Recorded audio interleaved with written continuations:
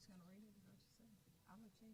How are you? Good. I know, you had big graduation. Congratulations. I do have. Okay, here we go.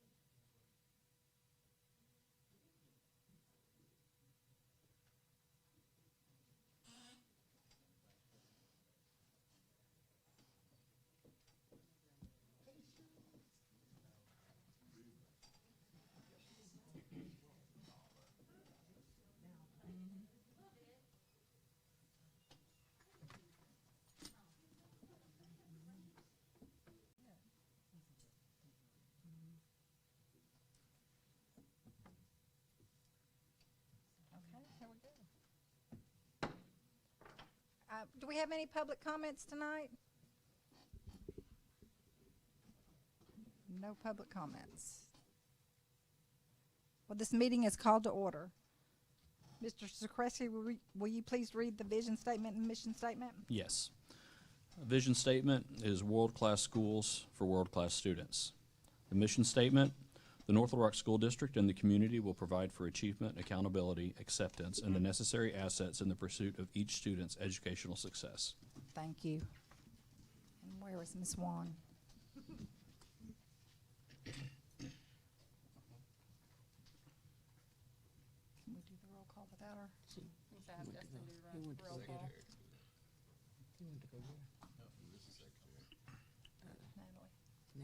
You want me to do the roll call? Yeah, do the roll call, please, Okay. ma'am.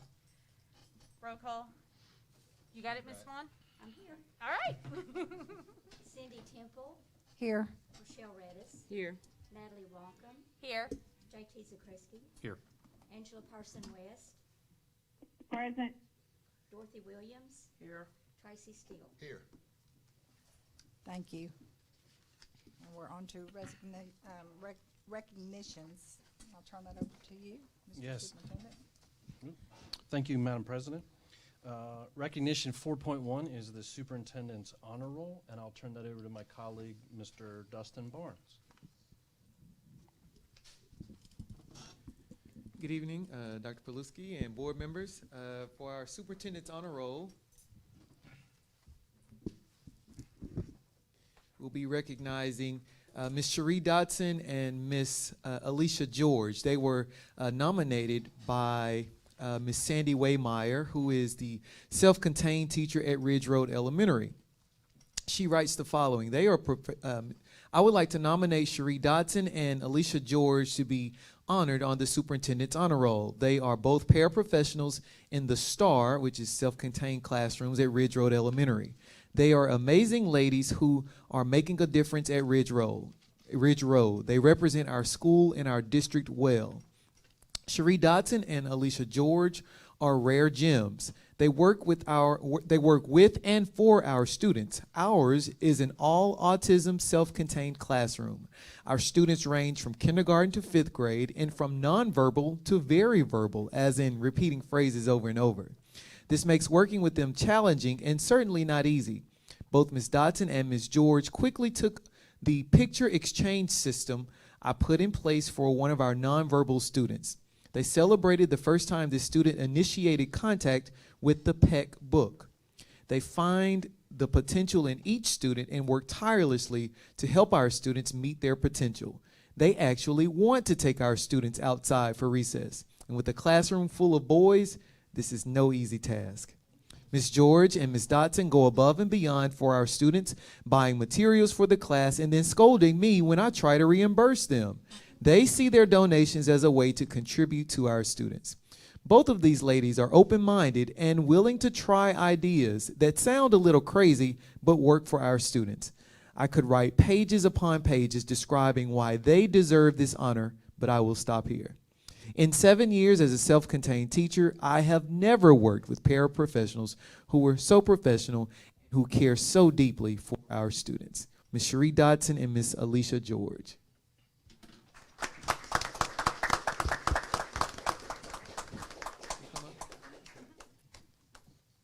You are?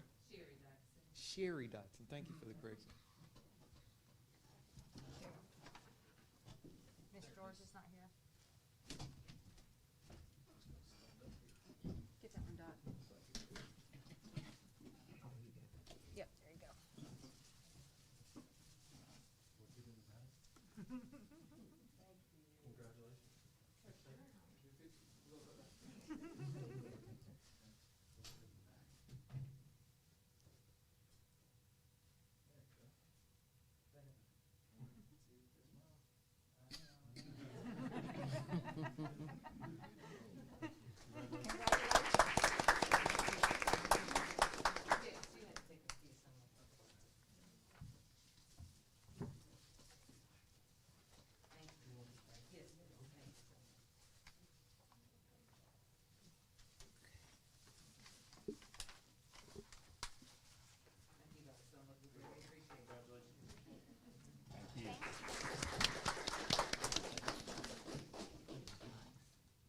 So our next honorees, the National Board of Professional Teaching Standards is recognized as the gold standard in teacher certification.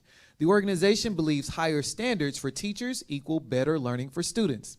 In order to achieve board certification, teachers have to undergo an extremely rigorous process. This process includes multiple components, which consist of an exam and compiling multiple portfolios that show work samples of student growth as a result of differentiated instruction, video recordings of student interactions, and demonstrated evidence of effectively planning to positively impact student learning.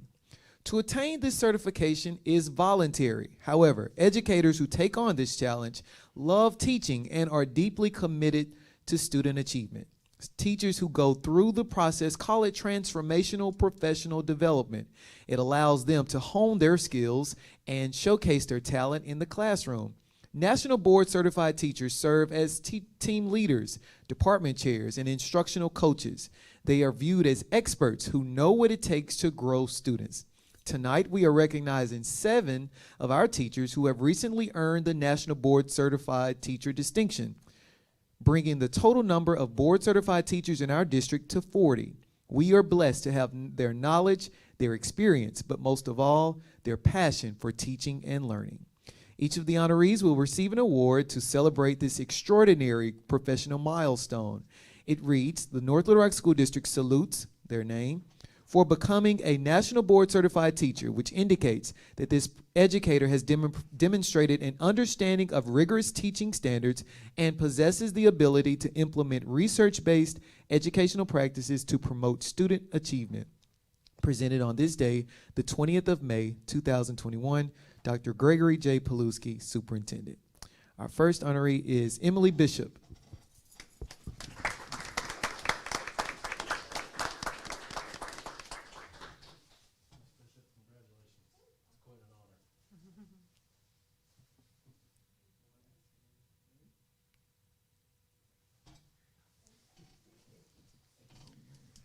Jackie Guffin.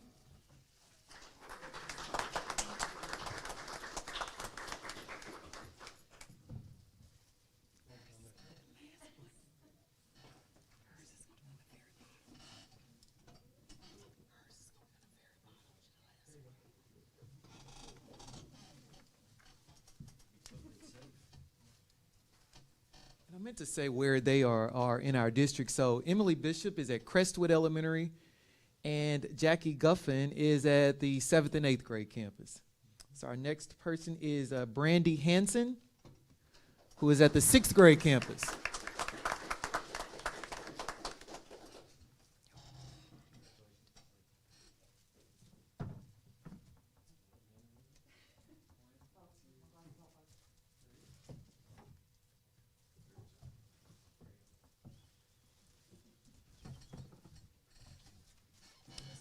The next honoree is Suzanne Pearson. She is not here, but we will make sure she gets her memento here. The next individual is Amber Peck. She's also at the 6th grade campus.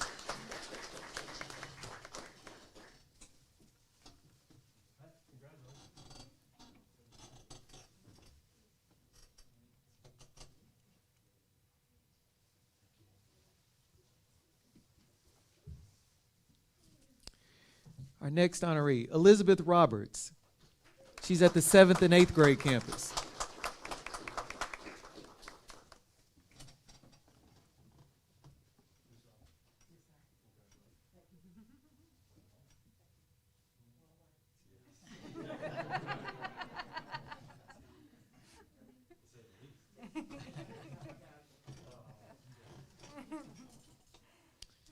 And last but not least, Miss Katina Veasley at Meadow Park Elementary.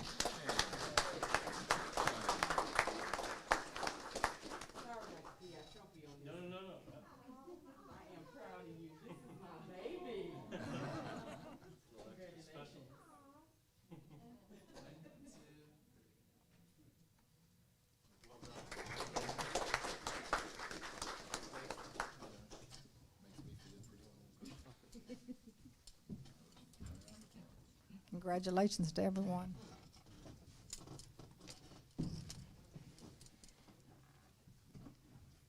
We are ready for Parent North Star. Congratulations.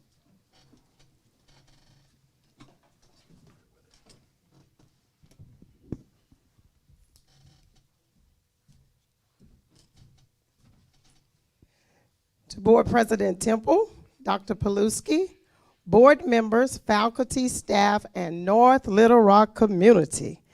Do we have the next Michael Phelps, Simone Manuel, Katie Ledecky in our midst?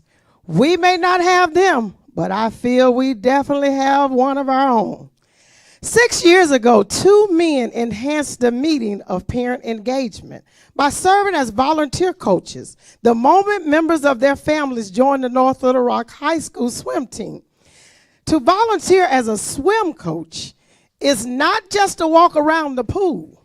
It begins with a background check, volunteer enrollment form, first aid and safety courses, and many other coaching courses mandated through the Arkansas Activities Association. However, the biggest requirement is passion for swimming and a heart of love for students.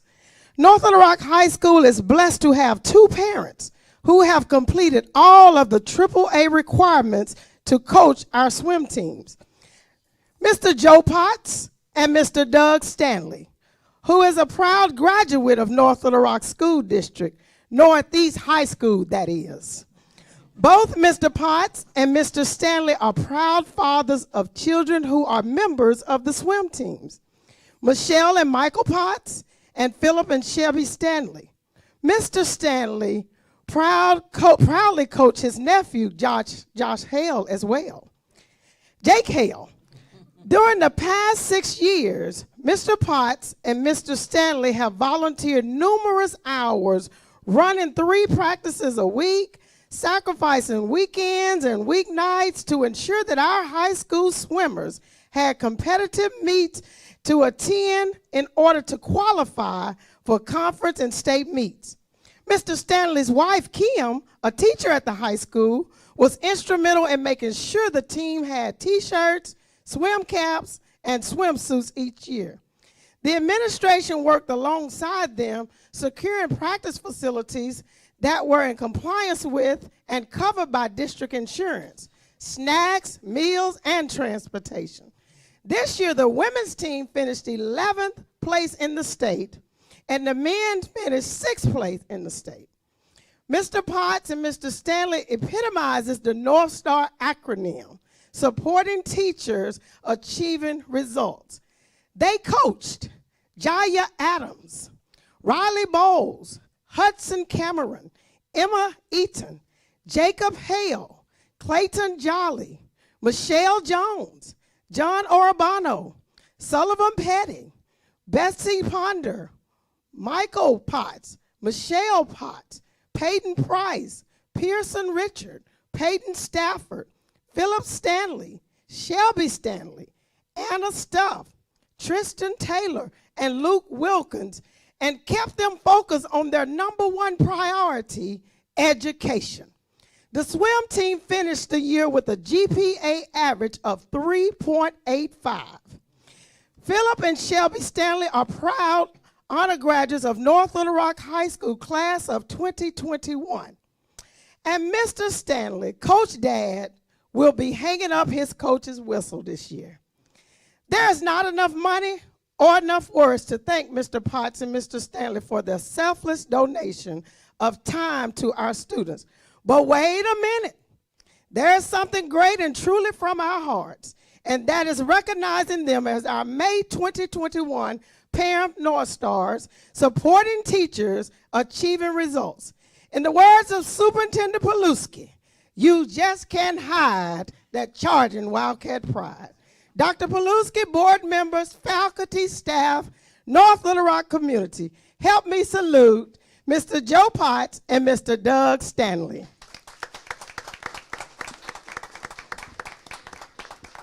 I thought they were here to talk about swim team criteria. Y'all can come forward.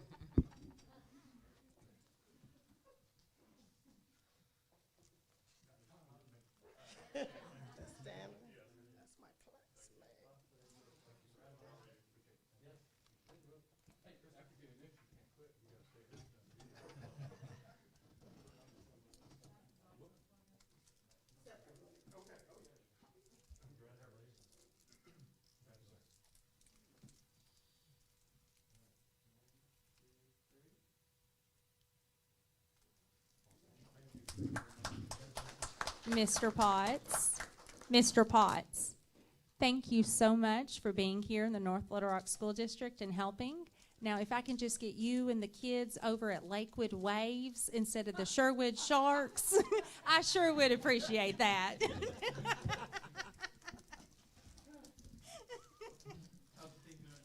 good. Yeah, we took the year off last year, but yeah, I needed rest.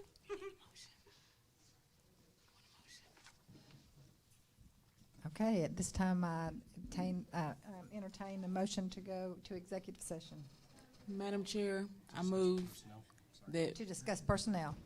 we go into a brief executive session to discuss personnel. Second. All in favor? Aye. Any opposed?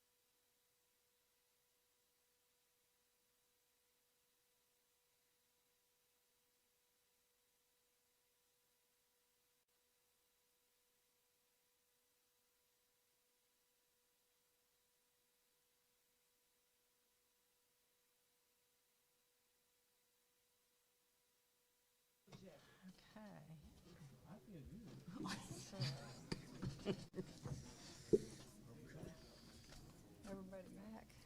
Okay. Well, that brings us to board member and superintendent involvement. No action was taken during the executive session Oh, regarding personnel. thank you. Thank you. Thank you. So item 5.1 is superintendent involvement, and it seems like the last few months have been extremely busy. So on April the 16th, I had the privilege to be with Ms. Randall, our principal at Glenview. Attended the ADE with Commissioner Keys and Deputy Pfeiffer for the professional learning community. She was recognized and applauded. I was really glad to support her. On April 19th, I attended the Amboy community meeting, again on the discussion that we've had around parking. April 22nd, as many of us attended the Night of Honors, which was outstanding. I think just a shining spot, very positive about what's going on in North Little Rock.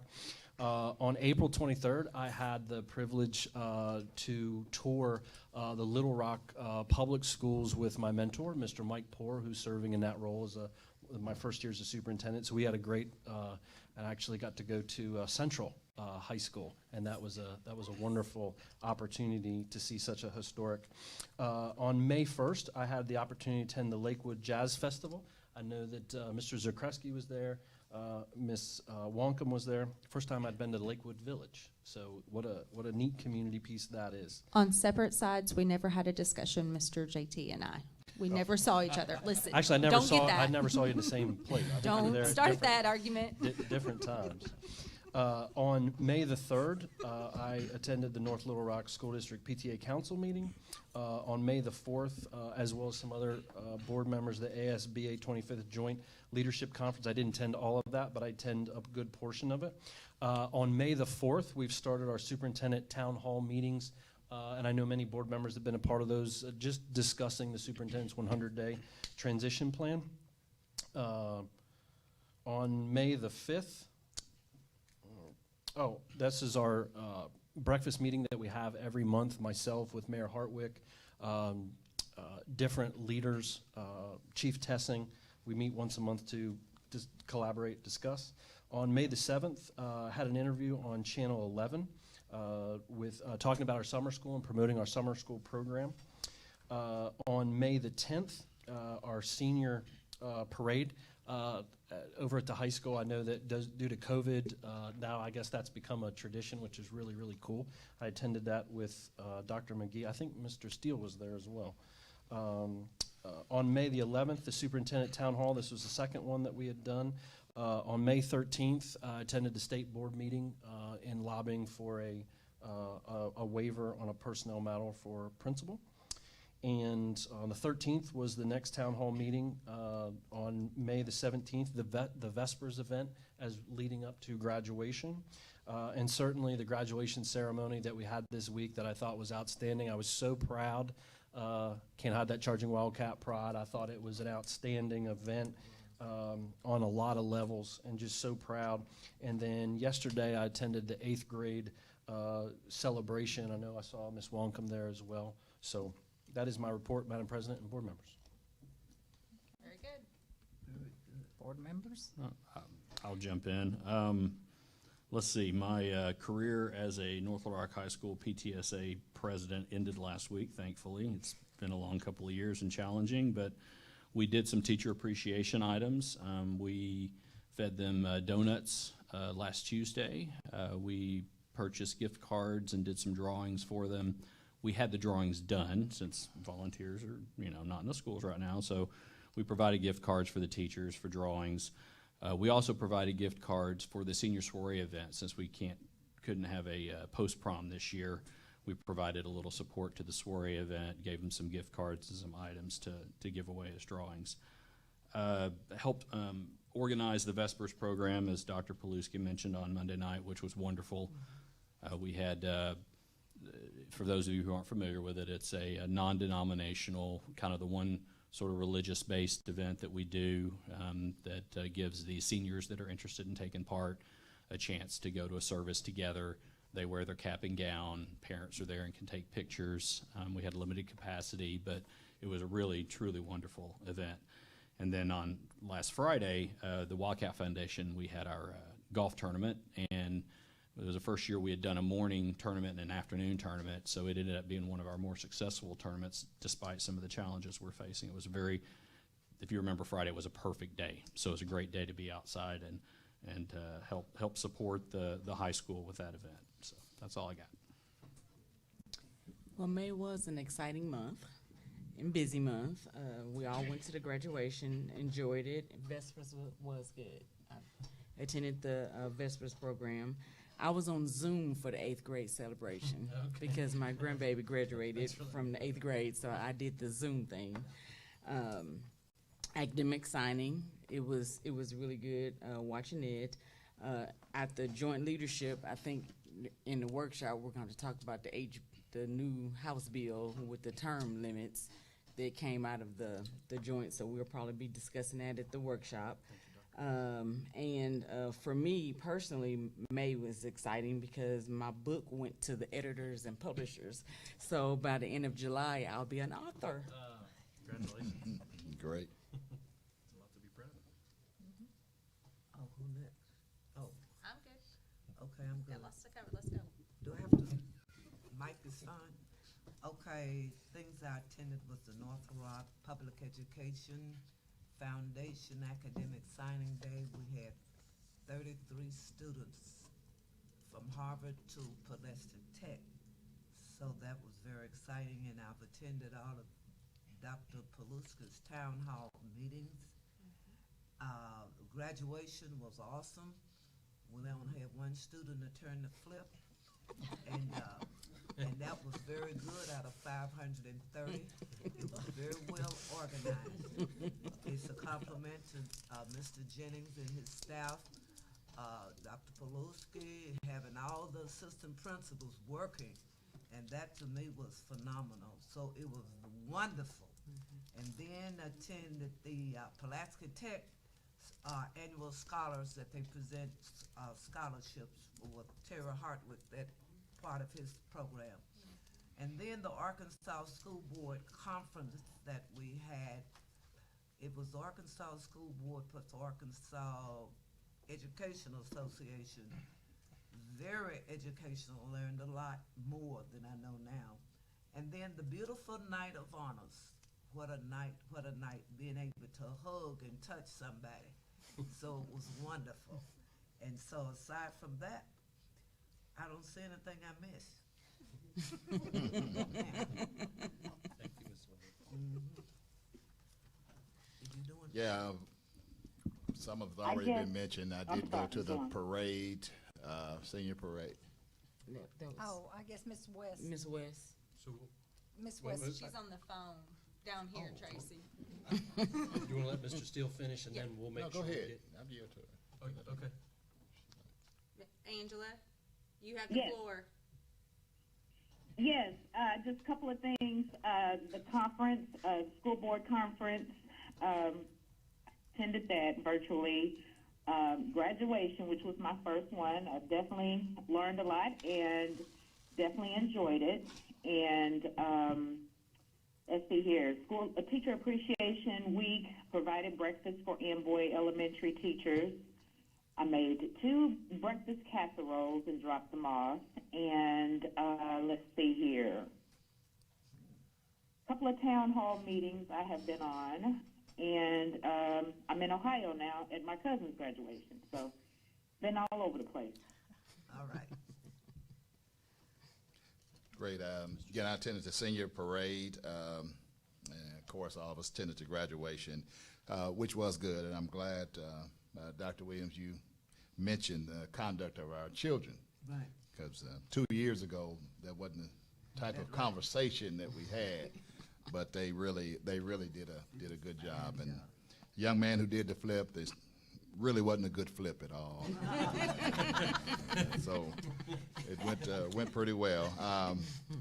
Went to 7th Street, always at 7th Street. Went to Glenview, and I'm proud they're moving forward with their graduation ceremonies, both with pre-K and 5th grade. as well. I went to softball games and baseball games. Both had two really good teams, especially the softball girls. A little disappointing at the end, but it was really good, and it's a great venue that we have at Burns Park. I had forgotten how really nice that was. A few other things, of course. We were a little late to Vespers because my son was signing his scholarship. He's going to Xavier in New Orleans and on a full scholarship next year. Congratulations. So just a shout out to soccer. I mean, we spoke about softball and swim earlier, and we talked about, you know, my child plays softball, so I'm a little partial, but you know, that's okay. And then baseball, so shout out to soccer for making it as far as they did as well. First time we made history. Awesome. Coach Kludger, top notch. I'm Awesome. proud of him, so. Awesome. Yes. I think we have a lot to be proud of. We do. Okay. Ready to move on? No, I think we're ready to go on to the, Yeah. 6.1. yes. Madam President, 6.1, the committee chair summary report from our CPPC and LPPC monthly reports. Mr. Smith? Okay. So that would be Mr. Williams, representing the CPPC, and Ms. Jackson, the LPPC. Please, you could join us right up front if you'd like. If you want to sit right up front. Welcome. Welcome. Good evening. Good evening. Good evening. The CPPC has met for this month. We didn't have any action items to bring to you at this time. However, we did vote on the resolution that was brought to us, the proposal of a resolution that was brought to us. We had a healthy debate over that resolution, and we did find it equitable for all, and we voted unanimously to approve it. And that's all I have for you. Thank you. Very good. Next ma'am. time, when you, by protocol, you're supposed to have written notes to present to the board. Yes, ma'am. We do not accept oral reports per se, but ask for proper documentation that you were able to present, okay? Yes, ma'am. And the resolution was up for the 100-day superintendent's The- resolution? The The COVID. COVID. The I think it was COVID resolution. Okay, thank you. Yes, sir. Ms. Jackson. Hi, thank you for having us. The same with the LPPC. I apologize about the lack of notes. We will make sure we have those in the future. We also have no changes to report, any action items to bring to you. The LPPC did also debate and unanimously approve the COVID pay resolution draft that is to be presented to you later tonight and then sent off to the state for approval. And so we are just going to continue going on with our revisions and our updates to the LPPC manual as we go along through each next, well, one more month this year, and then picking back up in August. Question, Madam Chair. Yes. To you, I heard you say, Mr. Williams, that the proposal was brought to you all, right? Correct. What was you all involvement in it? You said you had a debate, but what was the debate about? Would you tell us that? Could I hear that? Oh, yes, ma'am.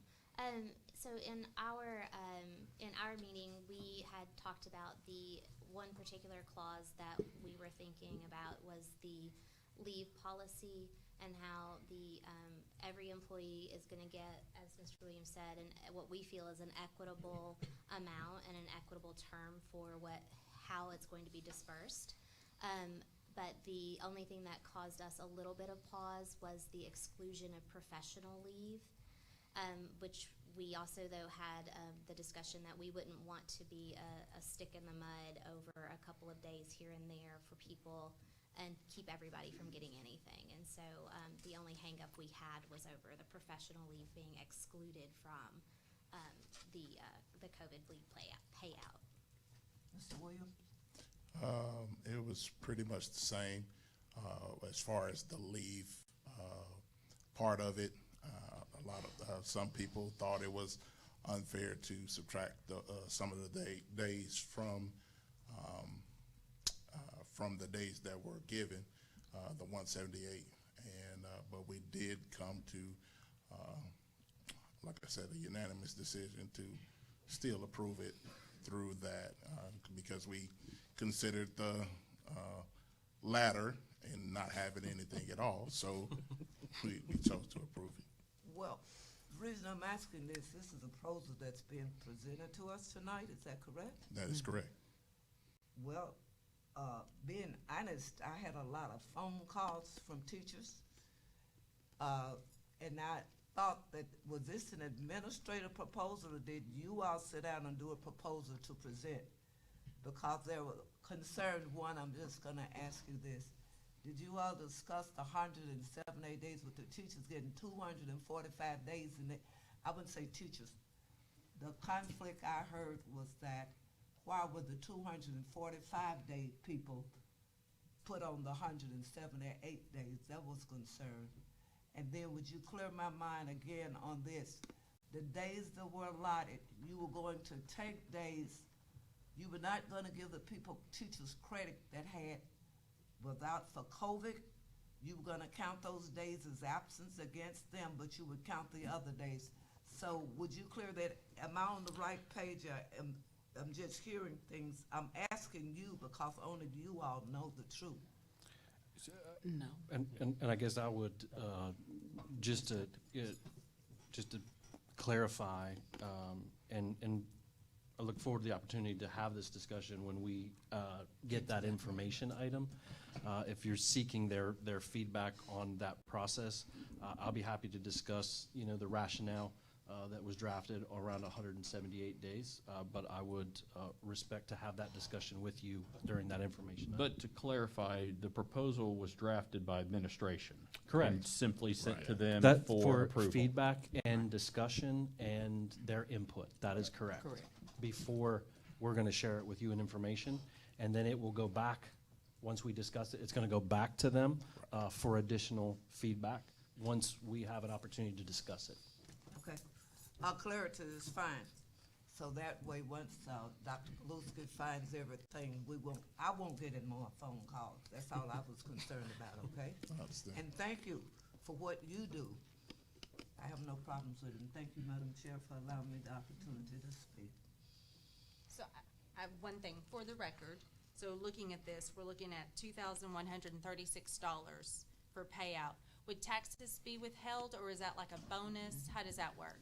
It's You know? going to be taxes and teacher Taxes. retirement. Yeah, I assume, so so for the record, taxes and everything else will be held out of that. Ms. Wonka, when we were discussing this, that is my biggest bullet point, is to make sure HR clarifies with the employees the real Right. amount they're gonna receive. Right, Because that if people was are a bone of expecting contention. $2,000, they're gonna be disappointed. Right. Right. Yes, that was a bone of contention, I think 2 or 3 years ago. So yes, again, on the record. Okay, thank you guys, very good. And thank you. I wish this had been at a workshop where we could talk long and you could explain things, but it was Yes, not. So thank you for your participation. Yes, ma'am. They'll be back. Thank you. They'll be back. Thank you, guys. Thank you.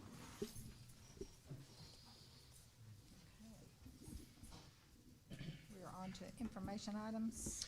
Yes, Madam President, members of our Board of Education, this is information item 7.1, our homeless program overview.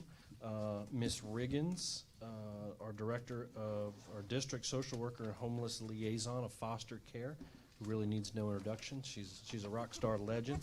And Ms. Christy Ratliff, this presentation was at the request of board members wanting to learn a little bit more about our homeless program, our enrollment, and what can we do for our children. So with that, I'll turn it over to you, Ms. Riggins. Well, you say everybody know me, but I'm going to say I'm Bobby Riggins. And I'm the social worker, and I'm the homeless liaison in Foster liaison for North Rock School District, and this is my supervisor, Okay. Mr. Bailey. Okay. If you don't want to ask me questions, it's okay. It's fine. But seriously, if you want to ask me something, it's fine. Let me tell you about our program. And I don't know, I'm gonna jump all over the place. That's just me. I don't mean any harm, but that's just me. Okay, let me tell you about our program, our homeless program. We use McKinney-Vento money, and we get the highs. It's $50,000. I know you don't see it over there, but you'll see it after a while. We get $50,000 every year. So don't worry about that. Just take me at my word at that. Okay, we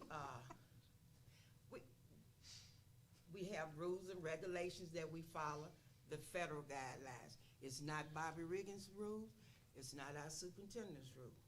It's the federal. We have to stay within the law, because if not, we'll pull all federal programs, and we just don't do that in North Little Rock School District. We go by the rules.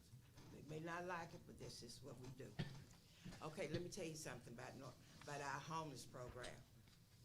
We treat all of our children the same. We do not go and say, oh, she's homeless. We don't do that in North Little Rock School District. These students receive everything any other student receives. And sometimes I can get an attitude when I think that's not happening. But we just do that in North Little Rock. We just take care of our children. Okay, foster children, it's a little bit different. But we take care of them. But they have foster parents that receive money. So we support them. It ain't that much. Come on now. It's quite. Some of them receive $752. I know you're a foster parent, but some of my parents receive quite a few. We provide transportation for those children now. Let me tell you how we do that. So we're still taking care of our children. That's federal law. Also, you have something called unaccompanied youth. Okay, now this sticky. It's a student that has no guardian. So we've had first graders that happens to. Some of my schools will say, Bobby, we can't take them. That's not true. We have to take those students. I have to sign off on that. That's the way it goes. Okay, and then we have unaccompanied youth that may be in high school. And you get those from parents that, you know how kids are. Follow my rules, you hit the door. Those are some of our unaccompanied. If my high school have a problem with that, they like the parents to sign paper, but that's not true. We have to take unaccompanied youth, okay? Also, lifestyle makes a difference. They leave. It's just different things. I always say, if you have doubt, call me, let me get in trouble. And don't you get in trouble. We just want to do what's legal. If that makes sense. But anyway, we have lost quite a few of unaccompanied youth. And that's what we do a little bit coding. That's not up there, so don't click. Okay, let me tell you about coding. That's what we get paid for. We have something called Homeless D. That's double up. That's where our foster children are, and that's where if you lose your home, then you move in, with somebody else. Eviction is all that comes under double up, okay? You also have a code called H/motels. We have quite a few students that live in these hotels and motels over here. We have to accept those children. Then U is unaccompanied youth. And shelters. We have S called shelters. Okay, let me tell you something about shelters. North Little Rock, we do not have shelters. All of our shelters in Little Rock. So what do we have to do? Transport. We used to partner with 3 school districts. All 3 school districts used to partner with transportation. But I went to this meeting, and Pulaski County was so mean. So end up, everybody is taking care of their own student, because Pulaski County said, you all getting the money for that student. So I said, hey, it's no problem. I'd be talking crazy. I said, it's no problem. North Little Rock would transport their children. And I have to say, we are transporting our children. We take care of our babies in North Little Rock School District. Did I go too far? Okay, okay, let me take, okay. Okay, wait a minute, you all. Okay, I told you about the victim, okay. I don't need to do that either. Now, how will I get Okay. identified? Okay, thank you. Okay, let me tell you, for me to know who's homeless and for you to know who's homeless, we use identification. Oh, I can read that thing up there. Okay, it comes through registration, student services, DHS, building staff, and community. Because let me tell you something. When you've been in the community a long time, people think they just really know you and they can just bring things to you, and they'll just call you and say, Bobby, we have this kid, two families living over here. You need to do something about it. So I try to take care of it. But that's the way we identify our homeless students. People call and tell us what's going on. Okay, let me tell you about, I think I've already did it, but I'll tell you again. Okay. Anyone that's living with a friend or relative, it's not their home, is considered homeless. Okay, let me tell you that. Okay, if I'm living over here and I get put out, and my cousin lives in Little Rock, they need to call and let me know because we can provide transportation. We don't like our children to be moving around. We like some stability there. So that's considered homeless, okay? Okay, when I said people living at the motel, that's homeless. If our kids are living in RVs and stuff, let me tell you something. One time I went to Walmart up here, and the policeman say, Bob, I think you have families living in a car. I said, you gonna take care of it? And he said, now let me tell you first. I said, well, don't call DHS right now. Let me get with the parent and see what's going on. Sure, well, it was a family living in the car. We have working poor in North Little Rock. That makes sense. It takes months' rent. That's your deposit. You got to have 2 deposits. Then you got to pay all these utilities and stuff. I pay them. I don't have that kind of money. And that's even before the virus. So when kids are sleeping in the car, I usually just tell them, let me help you find a place to move. I give them all the resources as possible. We go to DHS, housing area. I call my people that rent my churches and stuff like that, see what we can do to help our parents. We just don't kick them to the curb, but I guess that's what I want to say.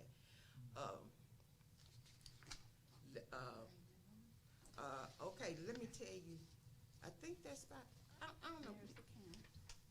Wait a minute. We'll do the count. Wait a minute. You're doing good.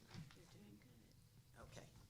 Now, I think in your folders, you'll see something say, it's cold in here. Oof. It's cold. Okay, identification. You all see that? Mm-hmm.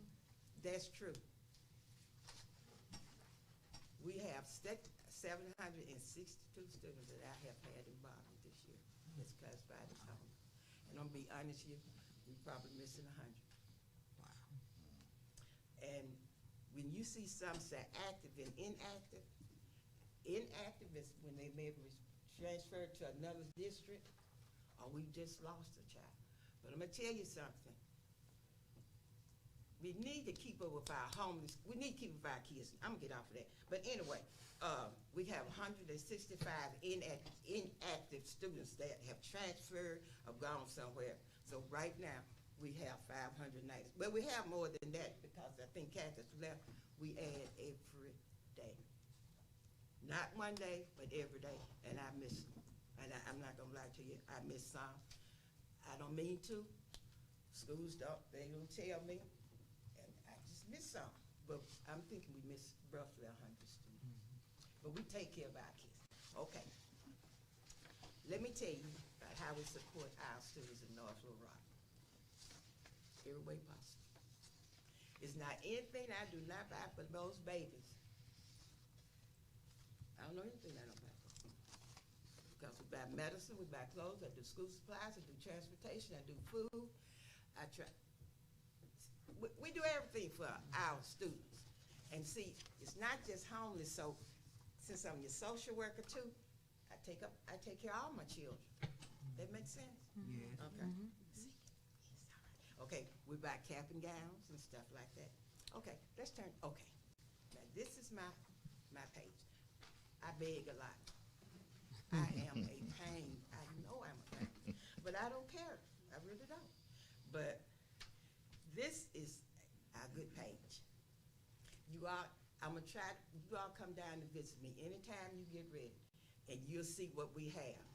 We provide for our students. And it's one that I forgot, it's not my boss's fault, it's my fault. I forgot to put the Junior League of North Little Rock. They bought us wash and dry this year. Just gotta get them hooked up. We've had loads of, they had a U-Haul full of stuff. So we just coming in there, and it pays the president of her husband's my godson, so that helps out a lot too, I'm sure. But anyway, they take care of North Little Rock School District, okay?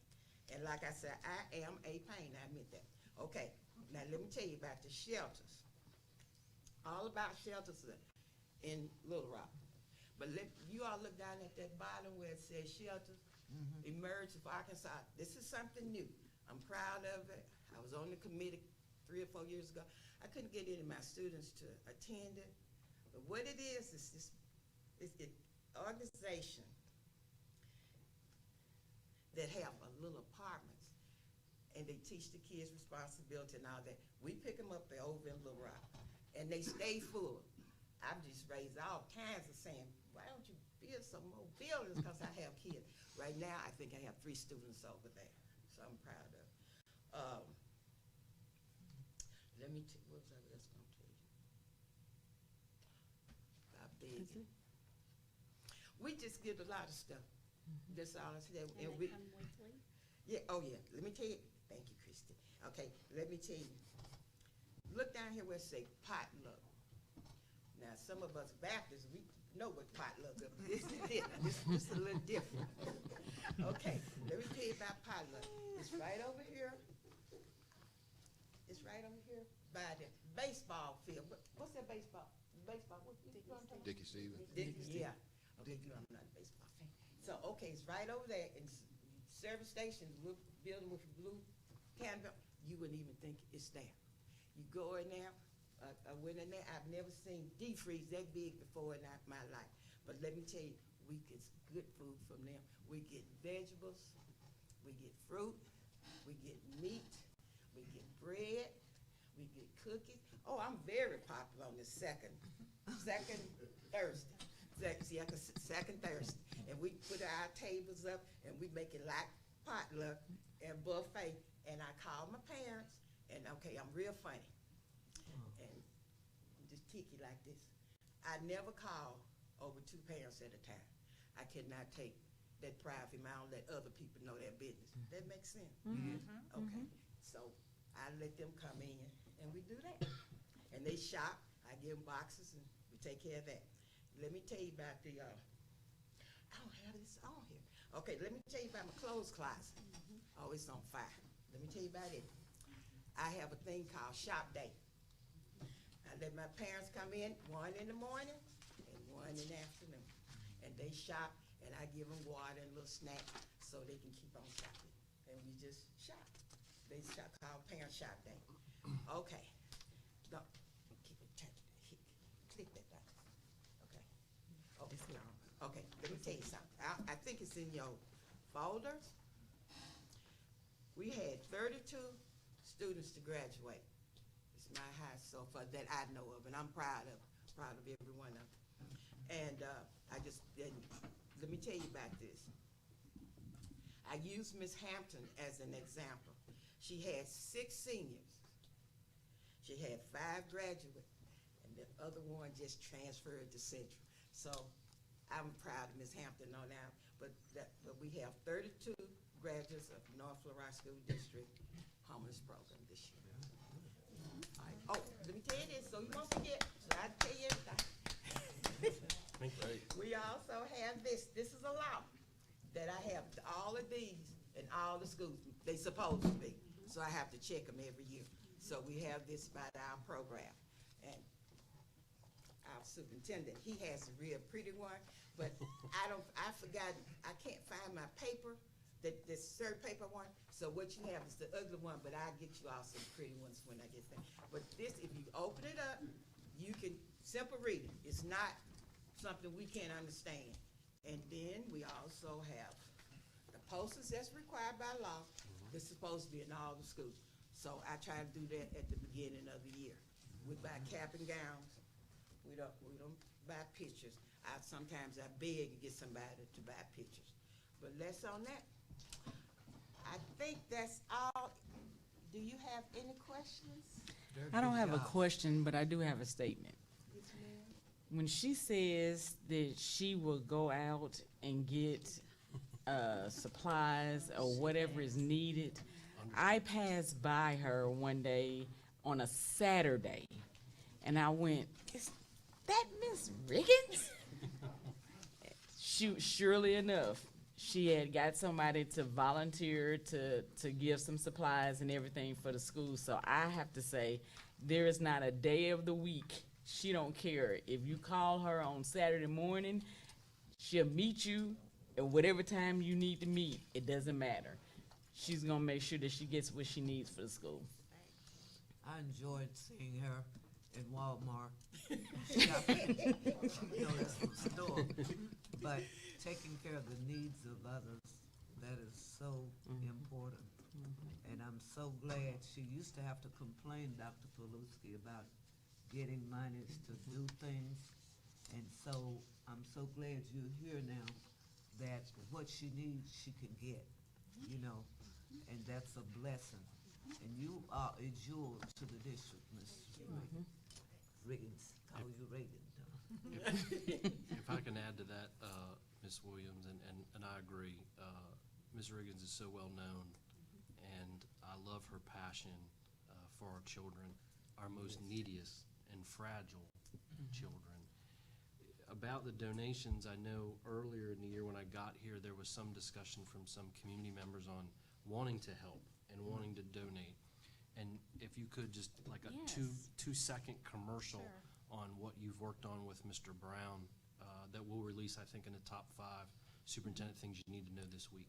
Yes, Mr. Brown's department today released it. I actually went back, and you'll see it in your weekly board report. We now have a link that we're going to push out to the community, and you can go to that link and donate, and anyone in the community can donate that way. And then if they need to just bring items, of course, they can contact Ms. Riggins, but this is going to help us generate more funding with online donations. Awesome. That's great. Good job. Awesome. Good. How are donations coming in? Pretty good? Yeah, I got. Good. We stay busy with donations. Very busy. What she's talking about. I had a member to meet me up at the highway, by the highway, coming places. She unloaded her car. I said, I hope people don't think we're selling dope. But we do. We give donations. And let me tell you something else about our program. We feed our children during the summer. Yes. I forgot about that. And the farm. Yeah, I forgot about that. The farm. Cat, I got it wash and dry for the farm too. When they called and asked, they bought me a deep freeze, and they said, "Would you like to have another wash and dry?" You know, I'm gonna always say yeah. And I kept saying, "Where am I putting it?" I thought about KJ. So it said, I told her that you need to help get your mess out of here because I need my spot. But I'm just giving her a hard time. But yeah, I forgot about the farm. And we get the vegetables and stuff, and we share it with the parents. And sometimes we get parents to help. Thank you. That's awesome. We'll continue to donate. And yes. And boy, we can donate as well. I donated a box of. I was a tell Dr. Paluski, I know, because you asked him, you never know when these kids may have to go to a funeral or dress up. So I donated a lot of neckties, but I probably don't have near as many as Dr. Paluski has. So. The homeless need furniture sometimes, so when you're cleaning out your house, she also get furniture. Yeah, pots and pans, because we do have house burn. So, but like I tell people, it's nothing that North Little Rock School District will not accept. You know, That's great. We take care of our babies. And you have a place for all that stuff?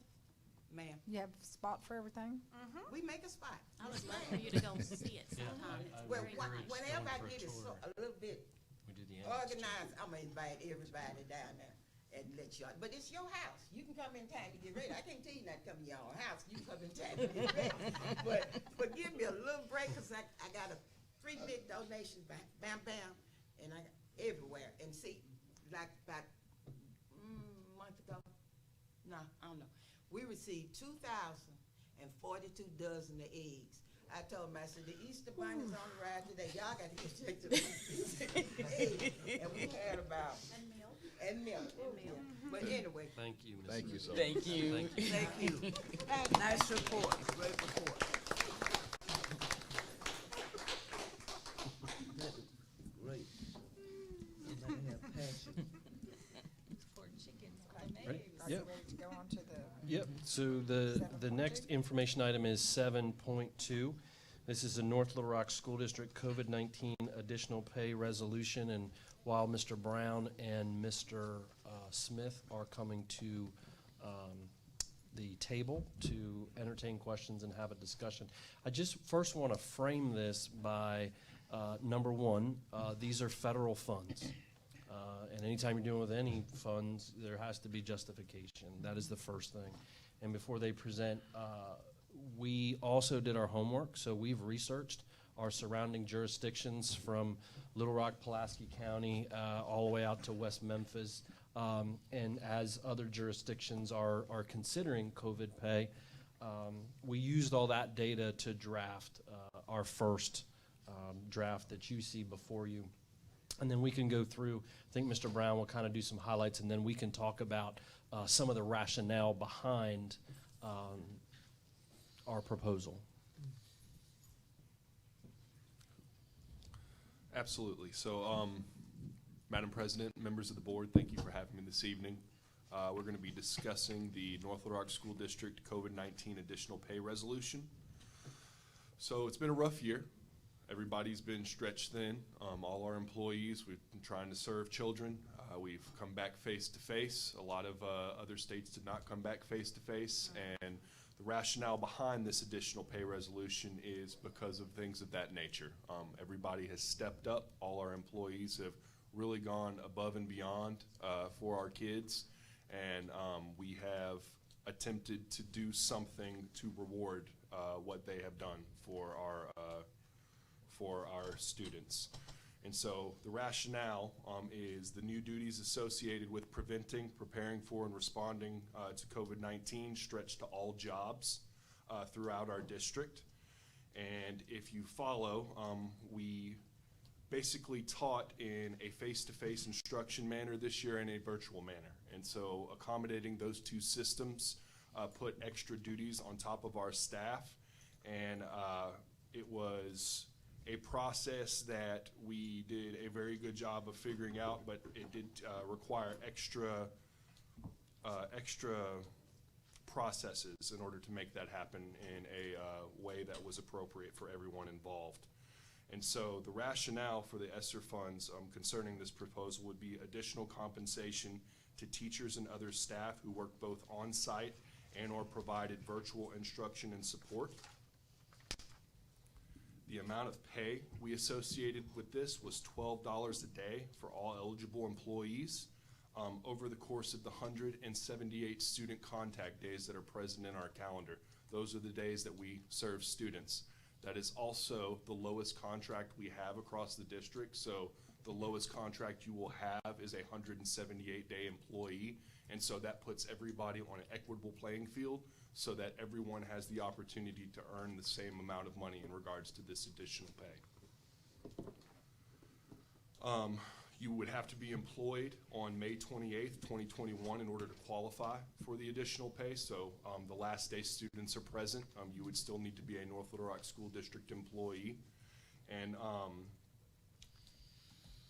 any of the days that were taken off in regards to vacation leave, sick leave, personal leave, bereavement leave, leave without pay, COVID leave, or any other form of leave as defined by the codes and e-finance would not qualify for these additional duties because you were not performing those duties on that days for our students.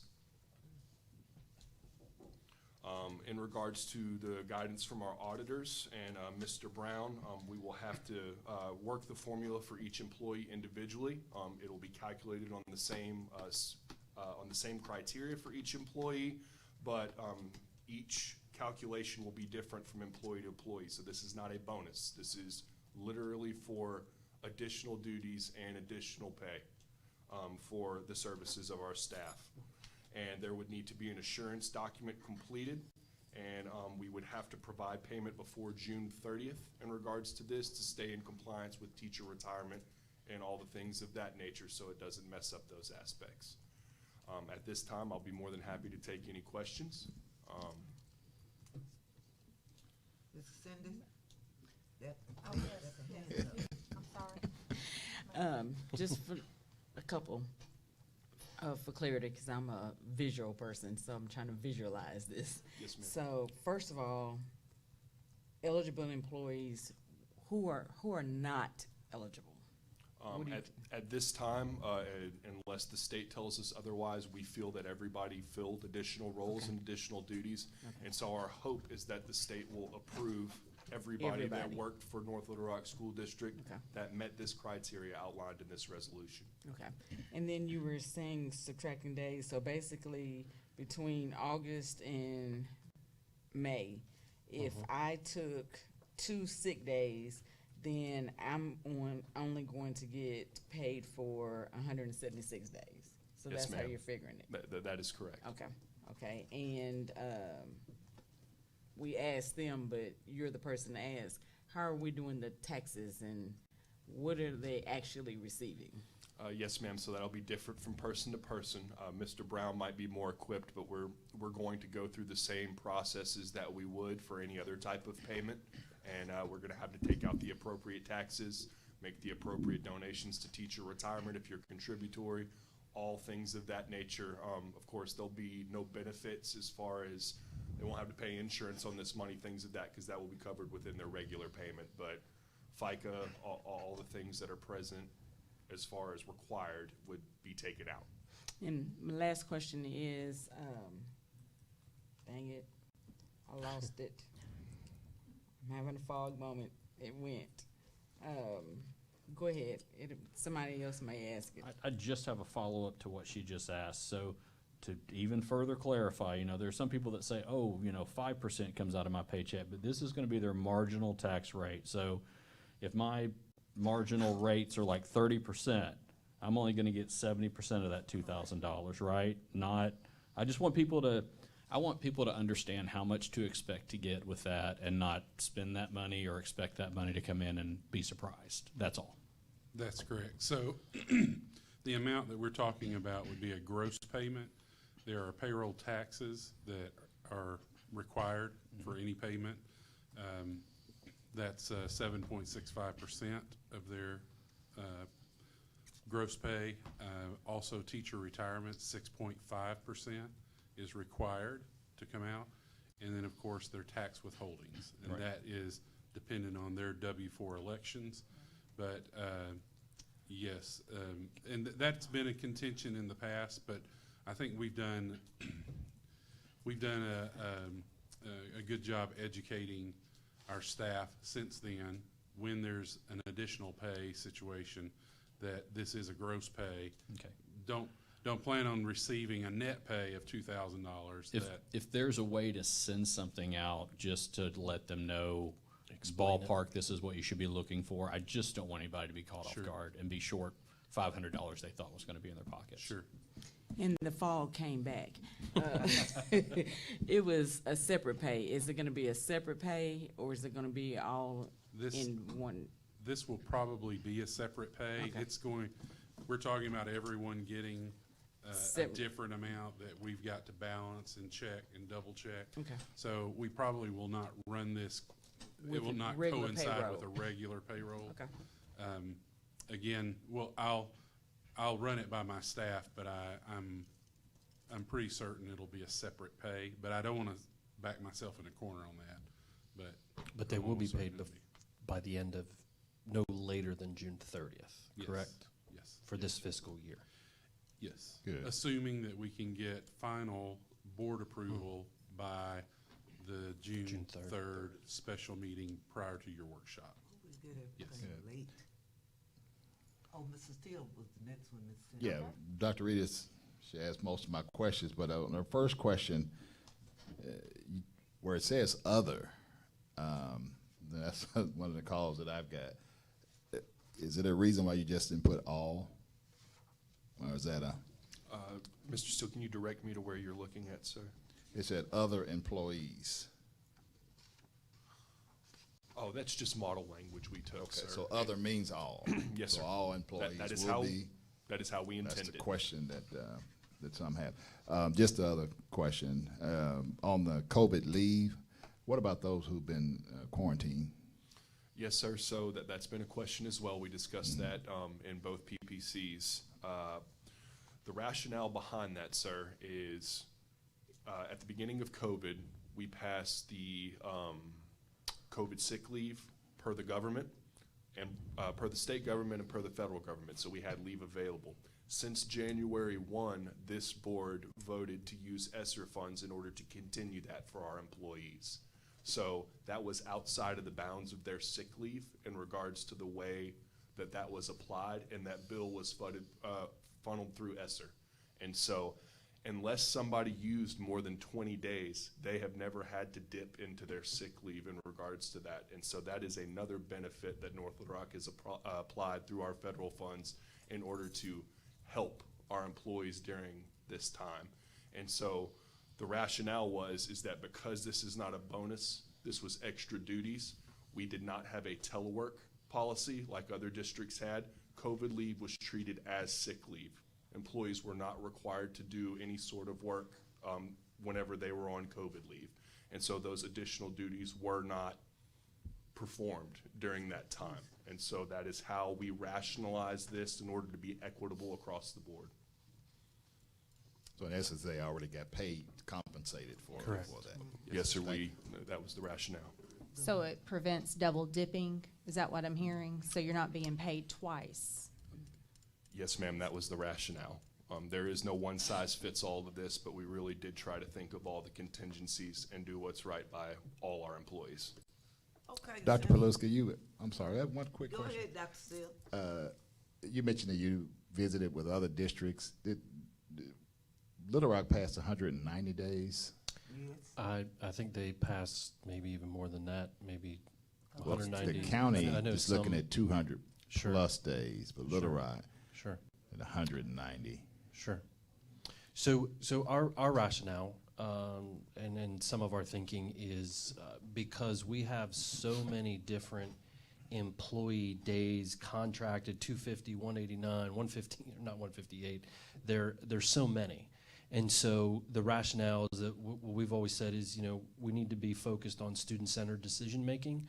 So what we felt is there are 178 student contact days.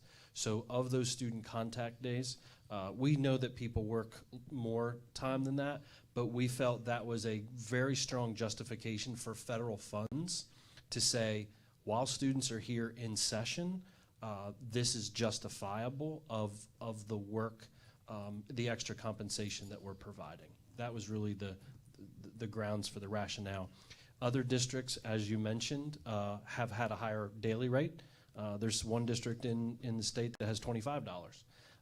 They have over 250 days. My rational thinking is to be able to defend the decisions to the federal government, to ADE, on our rationale.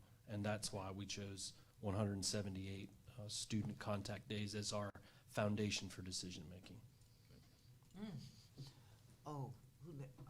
The same questions I asked those LPP classified and certified. Would you give me an answer for them, please? Do you remember? So it was, you're First talking and about foremost, would you explain to me, it's just two things that I understand, Mr. Brown. I heard Dr. Paluski hit it a little bit. There were people, you using COVID money, and if you're using COVID money, people are concerned. They couldn't help because they got mentally ill or got sick with COVID, and then they feel that they are being denied funds and you not recognize it.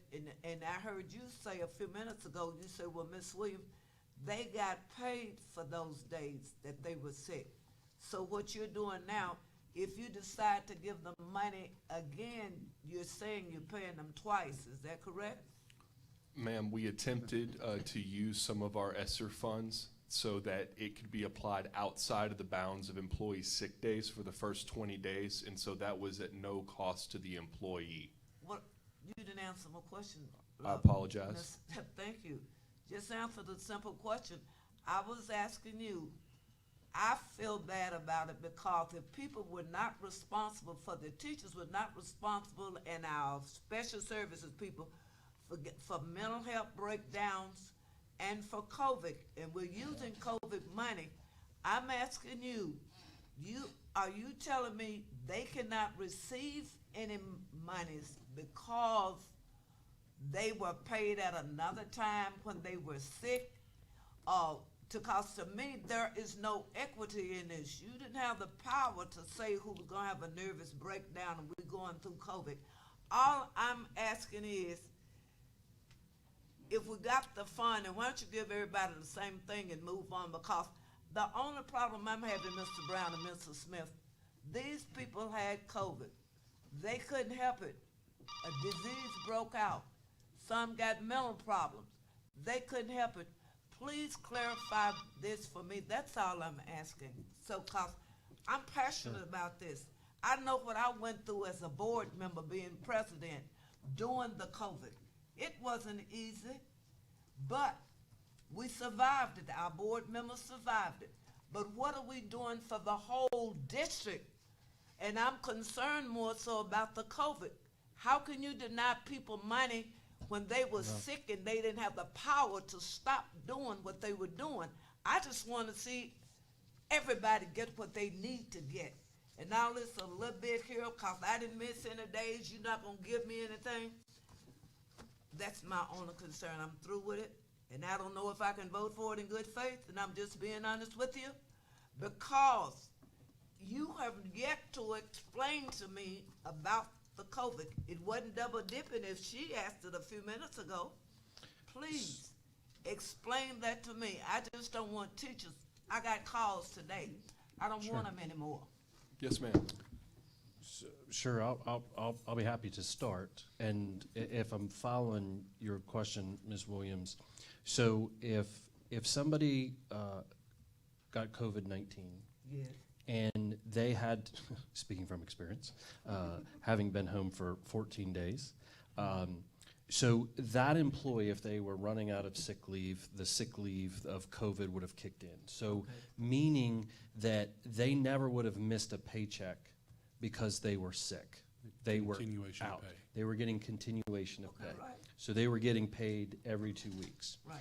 If you were on COVID leave, whether you got COVID or whether you were in quarantine, you were certainly not expected to work at all. Right. You were expected to rest. Go home. To go home, correct. So our rationale is if you worked on a contact day of 178 days, we want to be able to provide you a different additional compensation. If you were using any leave such as we listed here, whether that was vacation days, for an example. So if somebody was on vacation and decided they were going to go play golf that day, I can't rationalize somebody going out to play golf and I'm going to give you additional compensation. If you worked, I think that's fair to get additional compensation.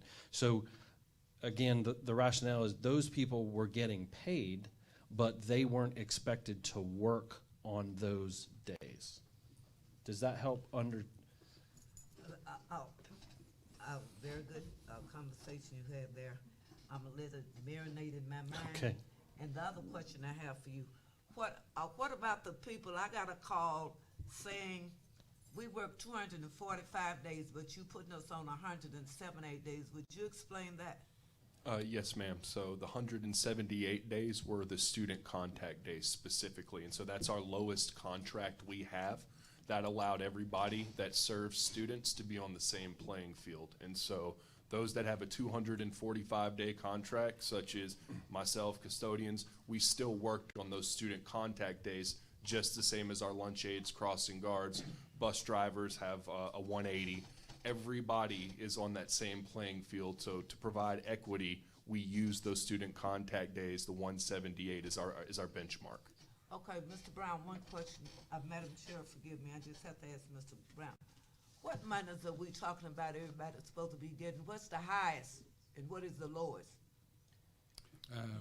It is $12 for 178 days. So I think that's up? 2,136. 2,001. How much?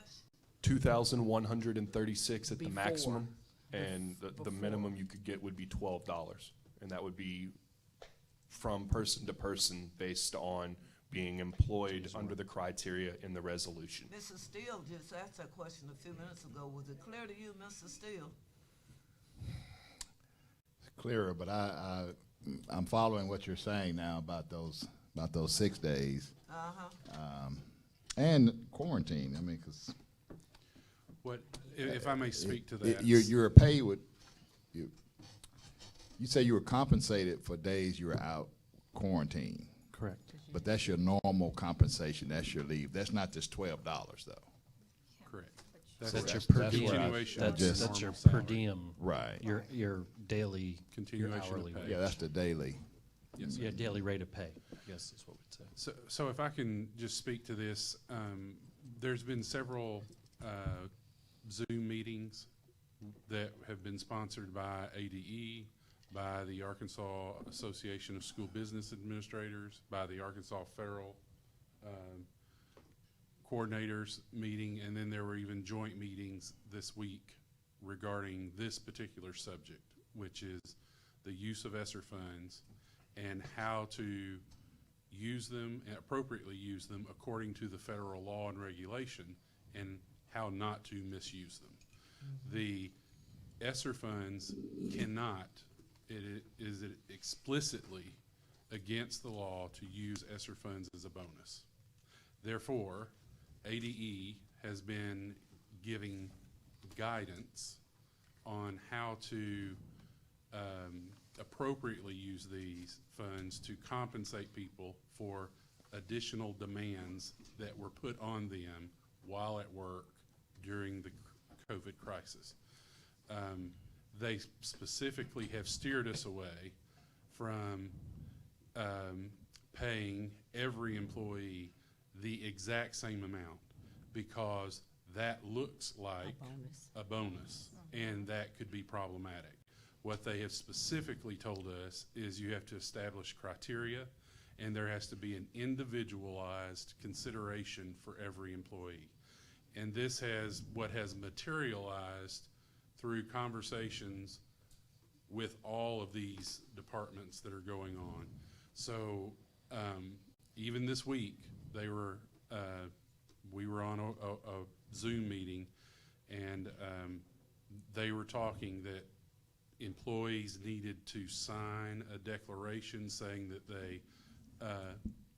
they did indeed perform additional duties. They had additional demands that were put on them. It's not necessarily they worked more hours, because some people may have, but if it was our hourly people and they worked additional hours, if they were doing additional cleaning, they've been compensated for that because they were paid their hourly wage and overtime if they worked over. But we're talking about additional demands. So someone that worked 8 to 5, they may have had a harder work day, but didn't work additional hours in the day. So if you had additional demands put on you during the day, that would qualify you for this additional pay. So I'm just, Well, I think that's what Ms. we've Williams been navigating. brings up a good point. Then why don't we consider paying for those days that are COVID related, including quarantine?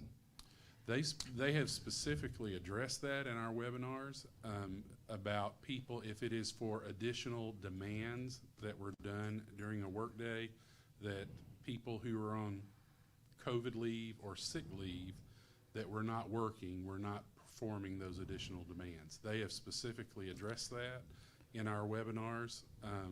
So you've been, long story short, you have been advised that if we don't draft it in this manner, if we were to compensate people for days they missed for sick leave or COVID-19, that it likely will not be approved by the state? Well, they are reviewing all of these. They will not technically approve it because they do not want to get in the midst of federal audits between districts and federal money. Uh-huh. They will review it. They will give feedback.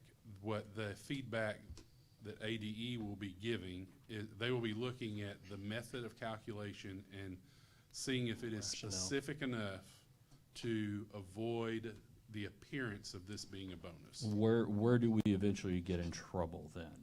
With audit.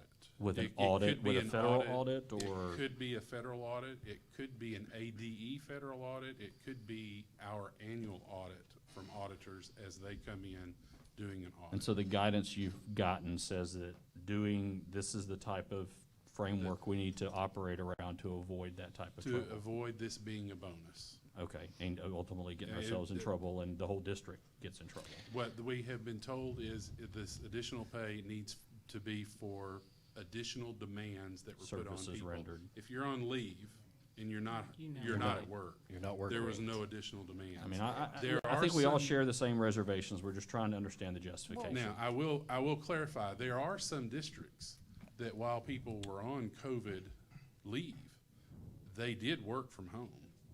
There are some districts that we did not do that. When our employees were on COVID leave, they were off work and they were not required to do any work at home. Pulaski County and Little Rock both had telework policies. Okay, Little Rock and the county, they did the same thing. Pulaski County and Little Rock both had telework policies for people on COVID and things of that nature, and we did not have that. It was treated as sick leave. So then in that case, they were working So that's why we fell in the virtually. crack.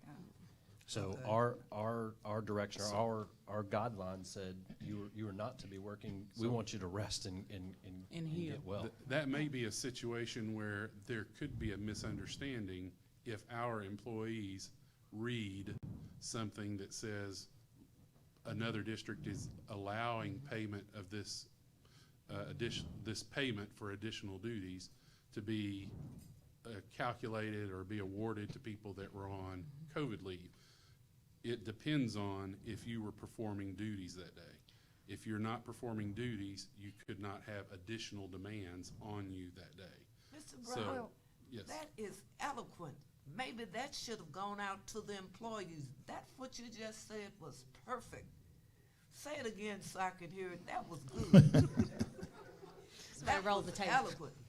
That's what the employees should have gotten, and we, the board members, perhaps wouldn't have been getting these phone calls, that you could have said there was not a policy pertaining prior to the other districts. There was none in existence. The superintendent constantly talk about communication, and I feel if communications had gone out, Dorothy Williams would be sitting there holding up 30 minutes of your time. So that was good. So to that, I think that's a good follow-up for our weekly board report. We'll put the language specifically that's in COVID leave where it talks about they're not to be working. And can you include in that you're not getting the 2,100 and whatever, that is based on individual days and that remind people that taxes are coming out? What I think would be good would be to give them some sample calculations. Yes. We'll give them It's a good idea. sample calculations of someone that missed 0 days, some that missed 5, some that missed 15, some that missed 25, and then we'll include teacher retirement coming out, the taxes coming out. We'll do some pay simulations and give them examples of what that would look like. Well, I promise this will be my last comment, because we still kind of keep putting together COVID and quarantine. Those are two different things. COVID, you're sick or you have symptoms, and some people didn't have symptoms.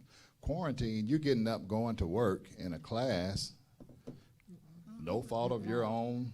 We didn't No. work. No, during sir. quarantine. No. They did not work. Employees If you did were- not Well, I work know, during understand that, but I mean, you contacted it, and because you were required to go to work. But you go in a classroom and a kid has it, so you stay home 14 days. Was it 14 days? Yes. You stay home 14 days. And it's not fair. But that's person, you're not necessarily sick, you don't. It is fair. I mean, you're quarantined. Because you were around somebody. I think that's a little different than COVID. No, We just continue, just look at those other policies like you've been Yeah, doing. we'll certainly do that. We'll make sure that there's clarity and Good point, Mr. Steele, good point. Well, I just want to jump in. I think it's very fair I think it is, because too. the people who, by no fault of their own, have got to stay home and they got paid, that means the people that are left behind are picking up even extra duties. So, Picking up the slack. you know, you absolutely don't want to penalize the ones who were picking up the slack when someone else, through no fault of their own, had to go home. I mean, I don't know how you could be more equitable. I mean, it seems completely reasonable to me. Mr. Steele, that was a good point you had there. I had not looked at that point. That student give it to you, that's not, I understand about you all COVID, but I'm talking about the other aspect that you just spoke of, Mr. Steele. That to me make a lot of sense. Why would those persons be denied money because it wasn't their fault? It happened in the classroom. That was just a thought. Sure, and I guess I'll just kind of add to, as we kind of close this discussion, and I think it's back to the points that's been brought up is, number one, we want to do something for our employees.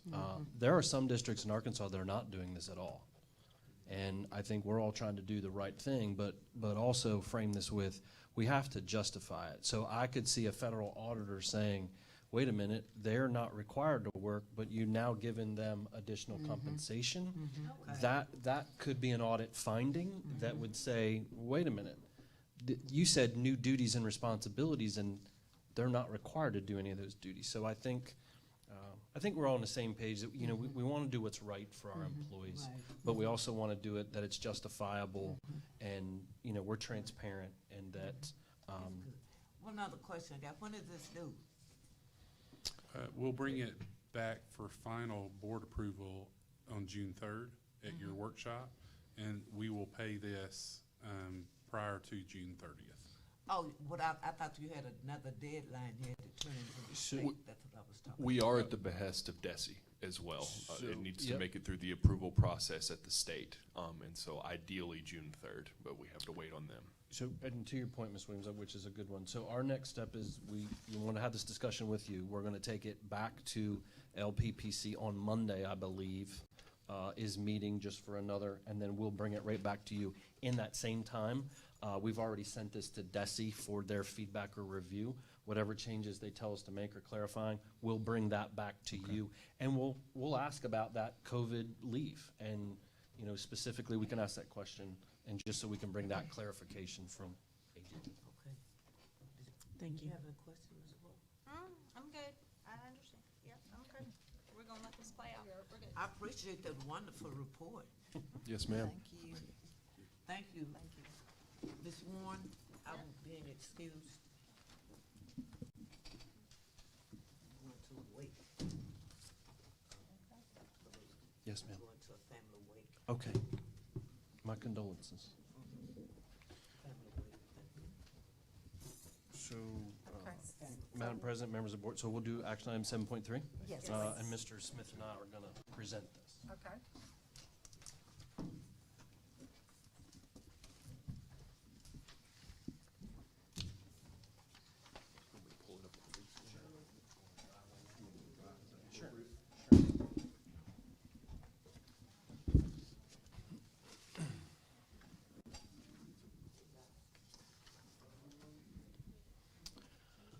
Good evening again. For the record, Greg Paluski, Superintendent, and joining me, my colleague, Mr. Jacob Smith, Executive Director of Human Resources. This action item is a Deputy Superintendent salary schedule based upon the last board meeting, and I'm thankful the board approved the reorganization of the Assistant Superintendent position to Deputy Superintendent.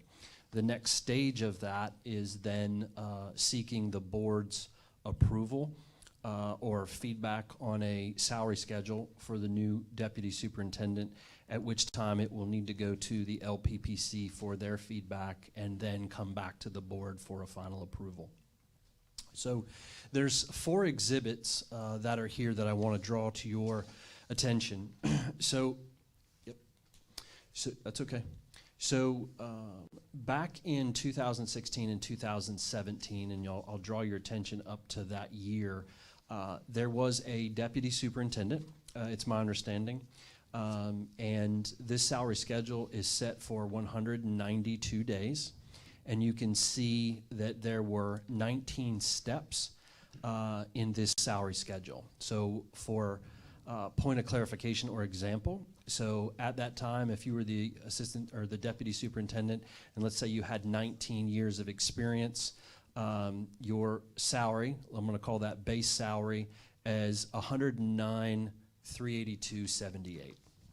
So in my experience looking at salary schedules, so when I look at this, I would say the deputy superintendent, by this data, is working contractually by 192 days. And if I had 19 years of experience, my salary, my base salary would be $109,382.78. Does that make sense? Mm-hmm. Okay. So, that's Exhibit A. If you go to Exhibit B, and this is some information that I've learned, and I know that I'm new, about how we calculate salary schedules. So you can see this is the same salary schedule, right? So it is 16-17, the salary schedule is 192 days, and you can see on the left those two columns, 192 days, and in our example, at step 19, 109,382.78. So it's my understanding that how we calculate all of our salary schedules is that, and let's use the example of 192 days at step 19, that's 109,382. Divided by the number of days in this contract says 192. And so you can see their daily rate all the way down there at the bottom is $569.70. Everybody following that? However, the deputy superintendent doesn't work 192 days, they work 245 days. So that same employee at step 19, what I'm going to call a fully loaded base salary, really makes $139,576.98. So if you go back to the salary schedule, Mr. Smith, you go back, go back one. If you go back one, so that's what's in the LPPC. That's what's in our policy. So to me, that's not transparent in saying that that's actually what the individual makes. And as I've learned and listened, there's confusion around how we calculate salary schedules. So if you go to the next one,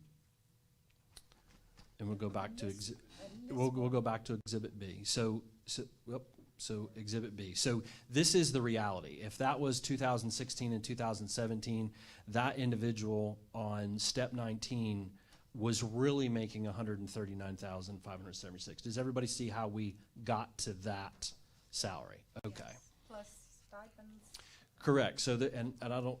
That's another whole avenue to certainly discuss. But yes, accordingly in this one, there was a flat amount according to stipend schedules. Not sure what the deputy superintendent, in addition to this, would have received in any kind of stipend. But if they did have national board, according to this, they would receive an additional $2,000 according to this salary schedule, and in the fringe benefits as well. So if we go to Exhibit C, so if we use some of this same logic as we look to propose a new salary schedule, we just add that up. Just bump that up a little bit, Mr. Smith. So again, if you use the rationale as how we've calculated in the past, so this salary schedule that I would propose for the new deputy superintendent in 21 and 22, so if we use that kind of logic, let's go all the way down to, and this one would have step 22, at 190 days, 119 is what we're going to consider that base, but in reality, that daily rate is $629. And so, however, my expectation would be that the deputy superintendent is going to work 245. I need them to work 245 days. So truth in lending, the salary schedule should be 245 days and then set at 22 steps. And then in this case, it would top out at 154, 317 at 76, depending on what their experience was. So if we go to the last exhibit, this is what I would recommend to the board, and I would recommend for the LPPC and CPPC to review. That this is a, truth in lending, this is transparency. It's a 245-day contract set at 22 steps and not eligible for stipends. And the only thing that they would be eligible for is if they had national board certification at $2,000. The other thing I would set at that caveat that I believe, based upon our district size, on the top end, I think that's fair. I also think that's competitive, and I also will be conducting a national search for a new deputy superintendent. And with that, I think that would attract highly qualified candidates, whether those individuals are in Arkansas or whether they're in some other state. Certainly, there's some support that I'll need, and certainly some big shoes to fill with Dr. McGee exiting not too far from now. So are you saying that this has to go back to LPPC? Yes, sir, Mr. Steele. I've spoken with Mr. Beckett. And what do we vote on it? So it's my understanding that with the board as an information item, the next step, the salary schedule will go to the LPPC. I'm hoping, and if the LPPC is willing, they're meeting on Monday for them to review. But it's my understanding they have 10 days after this date to take some kind of action for feedback. With that, we would get their feedback, and then we would bring that back to the board saying, we've given it to LPPC, we've gotten their feedback, and then would present that to the board. At that time, the board would take a vote to accept this salary schedule as part of the salary schedule going forward. Yeah, just call a special meeting and let's just do it. I like it, Mr. Steele. Absolutely. We'll do it Tuesday. I mean, as fast as, and again, I'm learning the process and procedures and want to make sure that we're doing it the right way, and that is my understanding of our next steps. Clarification. Yes, ma'am. If you don't mind. So the National Board Certification, so the teachers that we just honored during 4.2 earlier will now receive a $2,000 stipend? That's correct. Because So they've done something wonderful. That's exactly right. So, and Mr. Smith can kind of fill in my gaps. It is my understanding that the district pays a portion of a National Board Teacher Certification, and then the state pays an additional portion to that as well. We got you. You said correct. He said correct. For the record, Jacob Smith said correct. So All right, yes, very they. You have it marked out on this. Did you mean to have it marked out? Yes, ma'am. So that was, and Dr. B, I don't know if that was the intention or not. I thought we were taking out the. Yes, and that's why we kind of built. My sense is, and our rationale is, I built that basically in. To this. So if they have it, great. If they don't have it, but this is the work. And the eligibility of stipends, I don't think that's appropriate, that beyond this salary schedule that they should have an opportunity to get an additional stipend. That doesn't seem Equitable, fair. well, just, to do this level of work, you're being paid a compensation to get an additional stipend. They're at will to the superintendent, and I'll have them definitely working as much as I am. Okay. So follow up. Teachers are receiving stipends, and then the deputy superintendent will not receive the stipend, just for clarification. Correct. So as an example, I guess, and I don't want to use the word guess, but not to say the deputy superintendent's going to get a stipend for coaching, but apparently, if you looked at the last one, there was a flat amount according to stipend. So I don't really know. I don't have the history on that, how they could apply, but it sounded like if you were in licensed, you could get a stipend. And I know this is an area that needs further exploration in our district about who's getting stipends, and I've had some concerns from employees maybe that should have been getting a stipend and are not getting a stipend, or people that are getting a stipend and aren't doing the work to justify that stipend. I think this is and as I mentioned, we'll be doing a human resource performance management audit, if you will, and this is going to be some of the information I'm going to ask that organization to dig into for us. Okay, great. Thank you for that Yes, ma'am. clarification. I'm sorry. Go ahead. Okay, so this is about 4.5% higher than what the previous scale was, ballpark. How'd you come up with that number? Did you do a study? Have you looked to see what salaries would be competitive for what you're Yes. looking for? What drove that?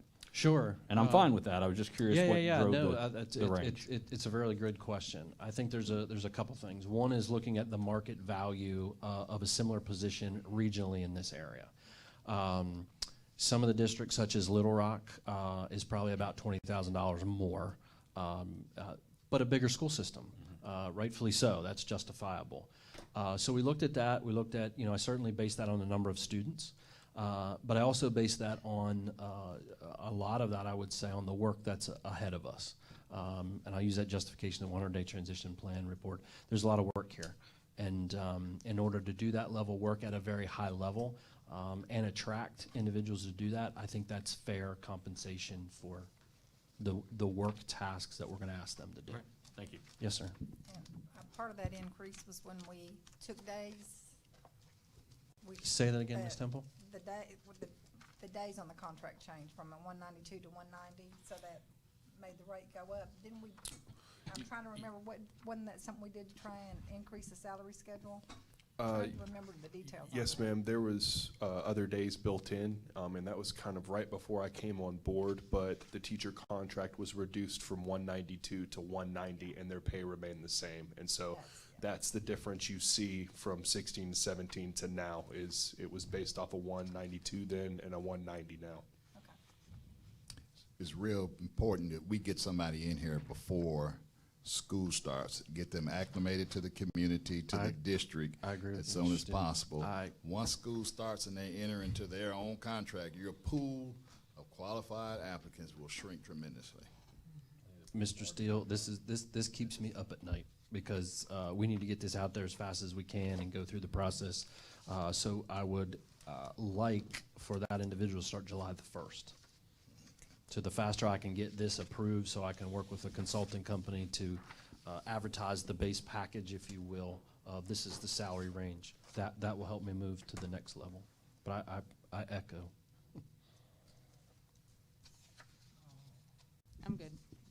So do we need to, this still has to go to the LPPC, right? Nothing to do. Yep, Yeah. this is just information. Yeah. Wanted to get your feedback, Yep. and it sounds like you're giving me the direction to move forward.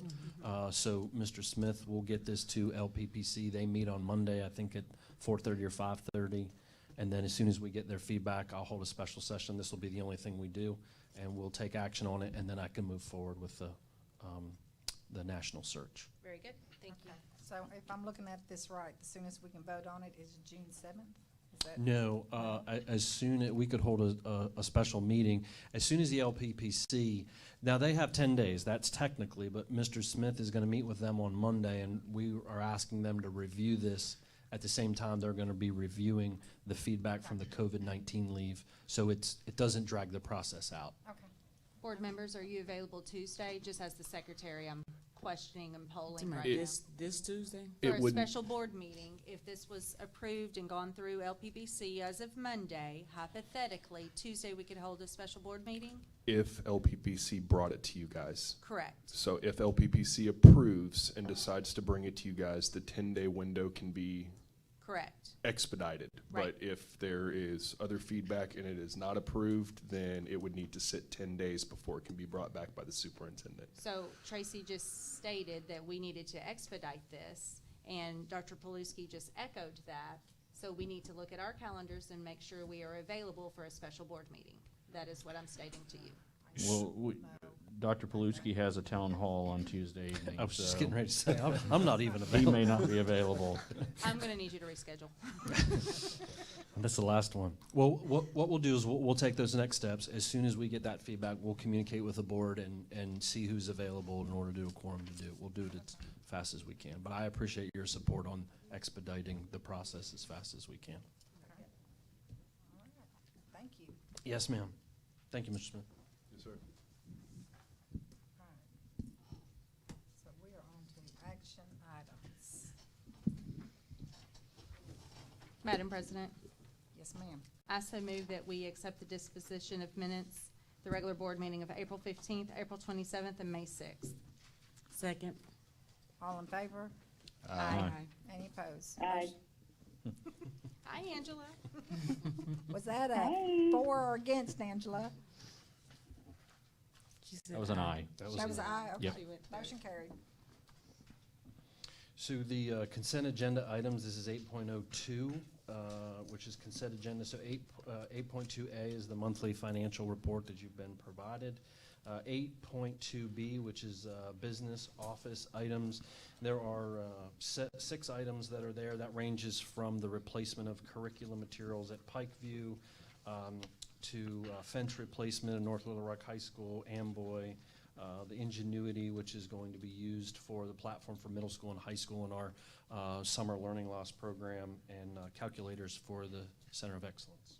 So, and then the last one is 8.2C, the payment of regular bills, in which you have that document there as well. All right, Madam Chair, I move we accept the consent agenda as presented. Second. All in favor? Aye. Any opposed? Aye.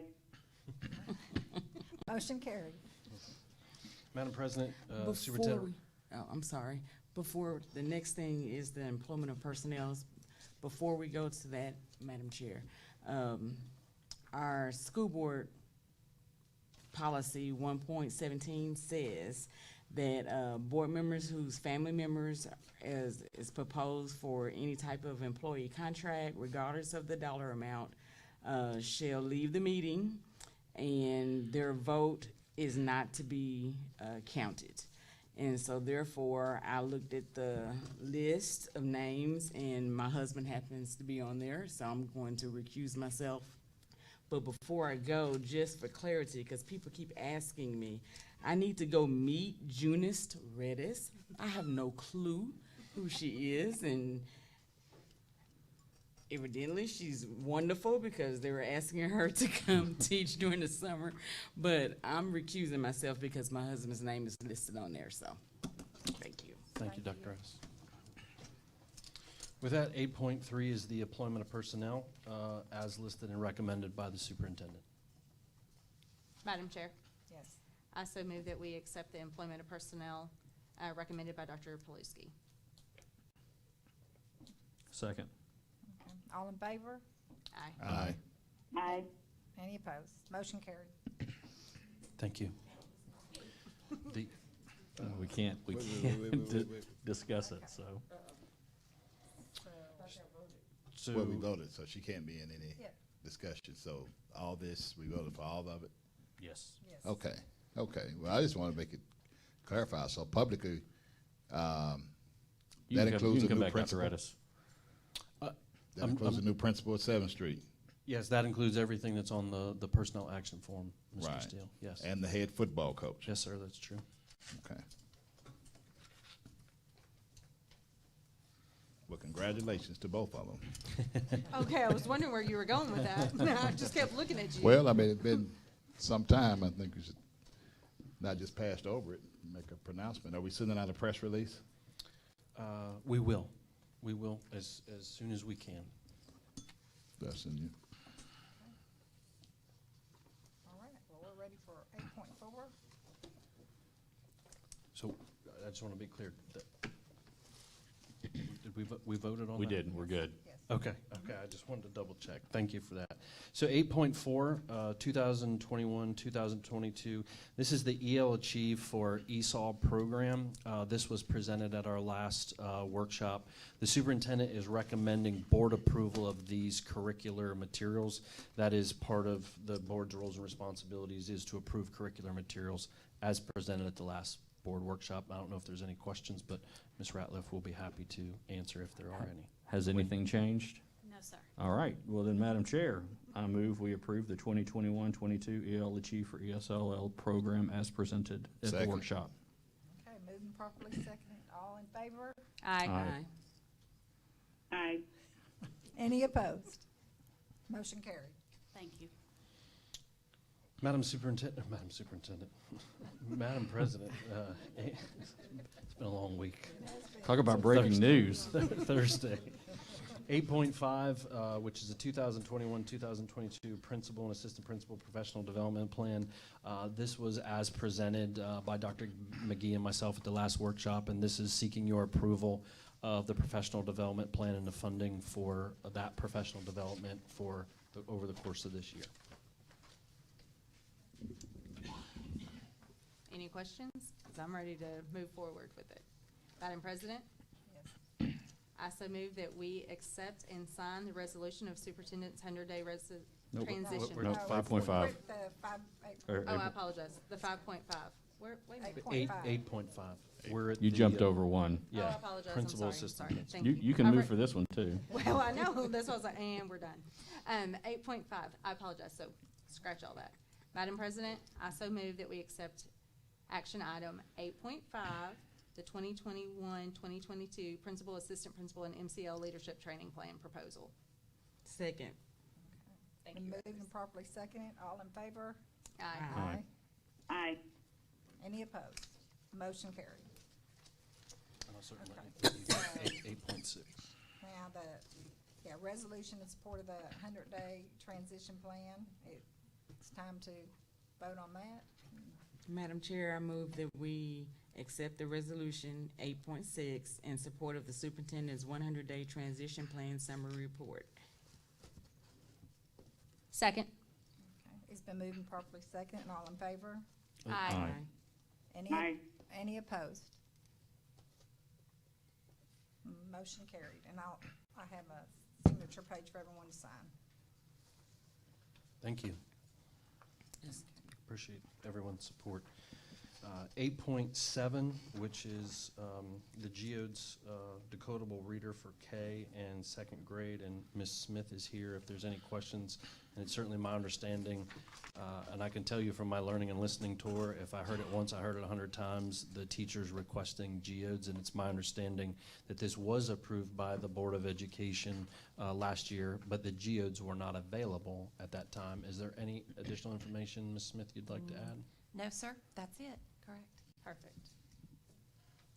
Madam President, I so move that we accept the GEOD's decodable reading and for kindergarten and second grades. We've already approved this item, so do we need an action item for this already?